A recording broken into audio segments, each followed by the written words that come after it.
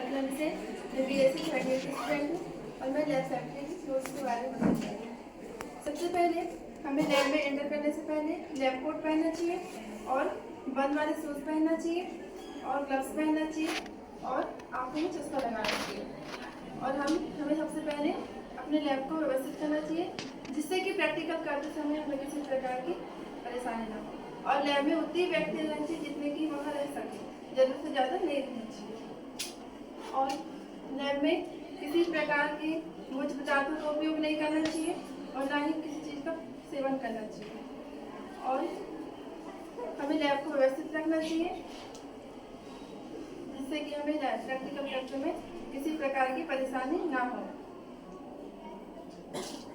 और प्रैक्टिकल करते समय कई प्रकार की गैसें निकलती है या किसी प्रकार की आग उत्पन्न हो जाती है, इसलिए हमें आग यंत्र का उपयोग आग मतलब जो आग बुझाने में उपयोग होता है उसका रखना चाहिए जिससे कि हमें परेशानी ना हो।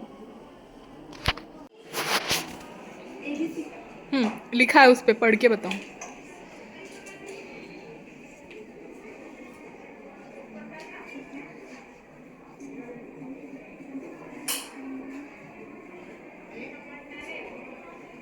पहले अनप्लग करना पड़ता है। अनप्लग करने के बाद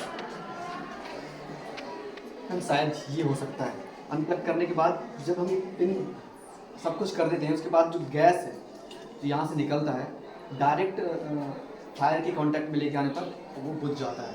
ठीक है, तो जिसमें हाइड्रोजन जो गैस होती है ना, वो हाइड्रोजन गैस वहाँ पे इनएक्टिव हो जाता है। अगर हम इसे एक सिंपल वर्ड में समझें तो वो इनएक्टिव हो जाता है जिससे आग नहीं लगती आगे। ठीक है, क्योंकि हाइड्रोजन गैस जलता है और H2O जलाने में O2 जलाने में हेल्प करता है। ठीक है, आग जलाने में। तो जो यहाँ से जो गैस निकलती है वो गैस H2 को निष्क्रिय कर देती है। ठीक है, इसकी वजह से फिर आग आगे नहीं जलती। ठीक है, इतने ही, दैट्स ऑल।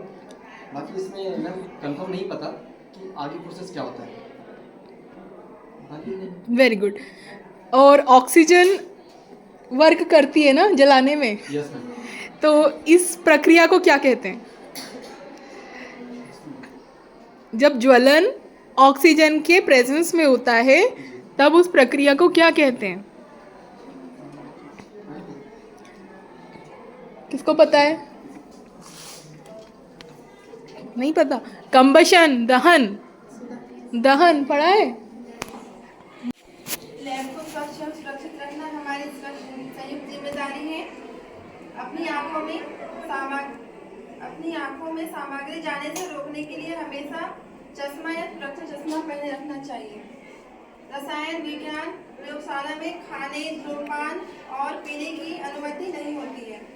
प्रयोगशाला में हमेशा एप्रॉन पहने ताकि गलती से गिरा कोई भी रसायन सीधे आपकी त्वचा को नुकसान न पहुंचाए।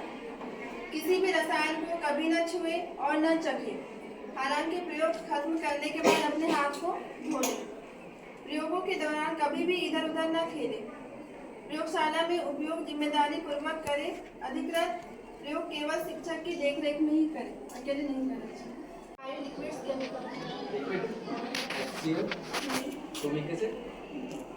Alcohol, H2SO4, NaCl, acetone. अग्निशामक यंत्र में कौन सी गैसेस होती हैं? कौन कौन सी गैसेस होती हैं? ऑक्सीजन होगी तो और जलाएगा नहीं वो? कौन सी गैस होती है अग्निशामक यंत्र में? नहीं पढ़ रही हूँ। उस पे क्या लिखा है? देखो, घुमा के देखो उस पे।